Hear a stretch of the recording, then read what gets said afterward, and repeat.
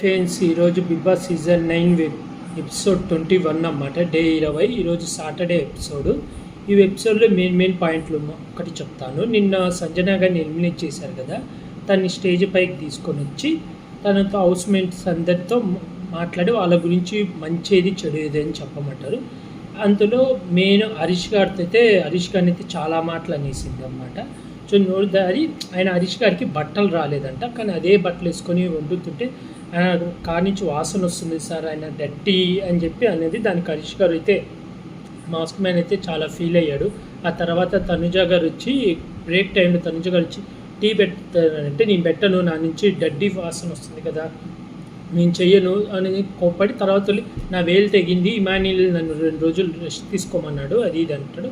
తర్వాత హరీష్ గారు అంటారు ఇలా నాకు తర్వాత నాగార్జున గారితో మళ్ళీ మాట్లాడతారు, సార్ ఇలా నా బట్టలు రాలేదు అందుకే ఇవే వేసుకుంటున్నాను, నేను స్నానం చేసి వేసుకుంటున్నాను, నీట్గా రెడీ అవుతున్నాను, సెంటు కట్టుకుంటున్నాను, కానీ నాకు ఎవరు సపోర్ట్ చేయలేదు, ఎవరు నాకు స్టాండ్ తీసుకోలేదు, నీ ఫుడ్ బాగా వండుతున్నా అని ఎవరు లేసి నా తరపున చెప్పలేదంటే నాగార్జున గారు అంటారు ఎవరు చెప్పలేదు నీ తరపున, నీకెవరు సపోర్ట్ చేయలేదంటే నువ్వే అర్థం చేసుకో హరీష్, నువ్వు మనుషులతో కొంచెం ప్రేమగా కలుస్తుండు మాట్లాడుతుండు అంటే నేను అలా ఉండలేను సార్, నీ ఫేక్గా ఉండలేను అంటే సరే అయితే వదిలే, ఏదైనా ఉంటే ఆడియన్స్ చూసుకుంటారు, నువ్వు ఆడియన్స్ని గెలుచుకున్నానని అనుకుంటున్నావా అంటే గెలుచుకున్నాను సార్ అంటే సరే బయట దాకేందుకు ఇక్కడున్న ఆడియన్స్ని అడుగుదాం, ఆడియన్స్ మీరు చెప్పండి, మర్యాద మనిషి అది మాస్క్ మ్యాన్ మీ మనుషుల్ని గెలుచుకున్నాడా అంటే ఎవరు చెప్పరన్నమాట.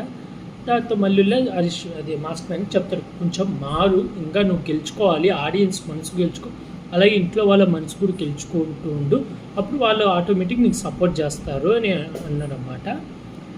అది ఇక్కడితో అయిపోయిన తర్వాత మాది సంజన గారు ఇంకా అందరితో ఒక్కొక్కరితో మాట్లాడినాక సాక్రిఫైస్ చేయాల్సి వస్తుంది. సాక్రిఫైస్ ఇది ఒకవేళ సంజన వెళ్ళిపోతుంటే మళ్ళీ వెనక్కి పిలిచి సంజన గారు హౌస్లోకి రావాలంటే తన బ్యాటరీ ఫుల్ అవ్వాలి అని 4 పేర్లు చెప్తాను. ఫస్ట్ ఇమాన్యుల్ తెత్తి, ఇమాన్యుల్ సంజన గారు హౌస్లో రావాలంటే నువ్వు నీ కెప్టెన్సీ వదిలేసుకోవాలంటే ఎమ్మటే కెప్టెన్ బ్యాచ్ తీసేసి ఓకే సార్ అంటారు. అప్పుడు 25% ఛార్జింగ్ పెరుగుతుంది. ఆ తర్వాత తనుజ గారిని లేపి, తనుజ నువ్వు ఈ సీజన్ మొత్తం కాఫీ అనేది తాగకూడదు, వాసన కూడా చూడకూడదు, అసలు కాఫీ టేస్ట్ కూడా చేయకూడదు, అలా అయితే తనుజ గారు హౌస్లోకి వస్తారు, ఒక 25% ఛార్జింగ్ పెరుగుతుంది, నువ్వు సాక్రిఫైస్ చేయడానికి ఓకే అంటే 1 నిమిషం ఆలోచి ఓకే సార్ చేస్తాను సార్ అంటది.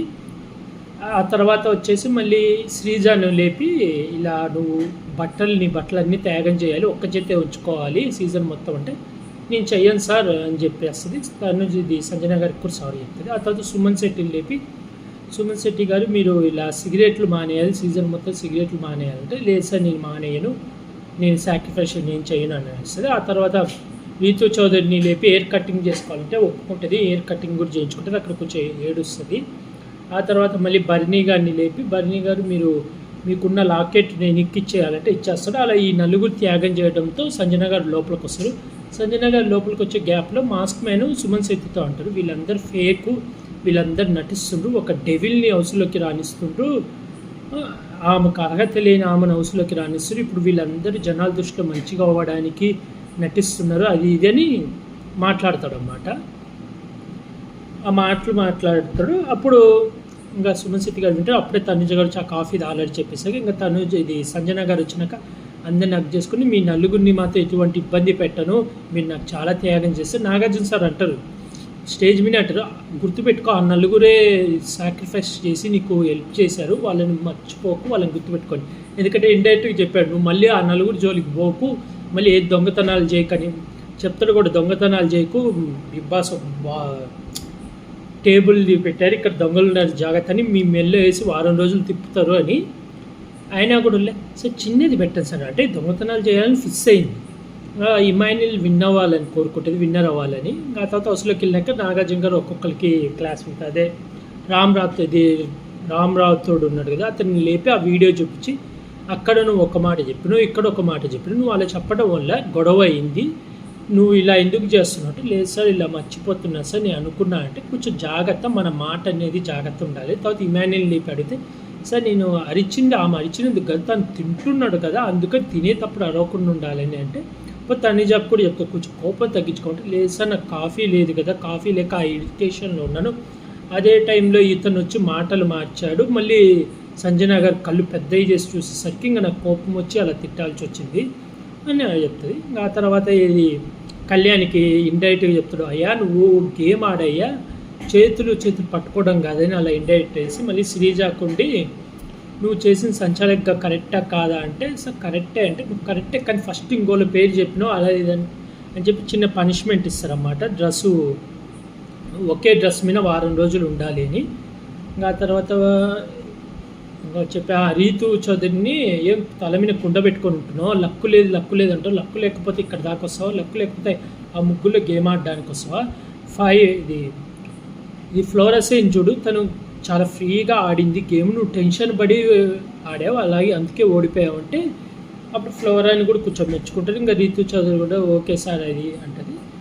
ఇంకా అందరితో ఇంకా నార్మల్గా ఇంకా రొటీన్గా మాట్లాడి ఇవ్వాలేమంత కంటెంట్ లేదు. అయితే మాస్క్ మ్యాన్ అన్నాడు కదా పూల సెట్ ఏదో ఆ మాట అంటే ఫస్ట్ ఒప్పుకోడు, తర్వాత మళ్ళీ ఒప్పుకుంటాడు. సరే సార్ నేను తప్పైంది, ఈసారి నుంచి అలాంటి మాట్లాడానని.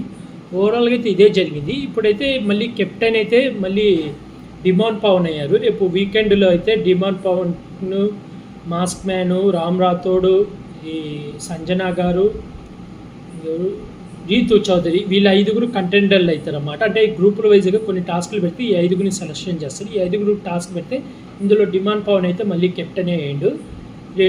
రెండోసారి కెప్టెన్ అయిన ఏకైక వ్యక్తి డిమాండ్ పవన్ అన్నమాట. చూడాలి. అలాగే ఈ ఓనర్స్ టెనెంట్స్ని హౌస్లోకి రానిస్తున్నారు కదా, దానికి సంబంధించి కూడా వార్నింగ్ ఇస్తారు.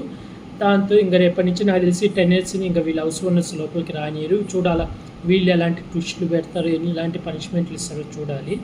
ఓవరాల్గా అయితే ఇదే జరిగింది. మీకు ఈరోజు ఎపిసోడ్ ఎలా అనిపించింది అనేది కామెంట్ చేసి చెప్పండి ఫ్రెండ్స్. అలాగే ఇలాంటి బిగ్ బాస్ రివ్యూస్ కానీ వెబ్ సిరీస్ రివ్యూస్ కానీ కావాలనుకుంటే నా యూట్యూబ్ ఛానల్ని సబ్స్క్రైబ్ చేసుకోండి ఫ్రెండ్స్.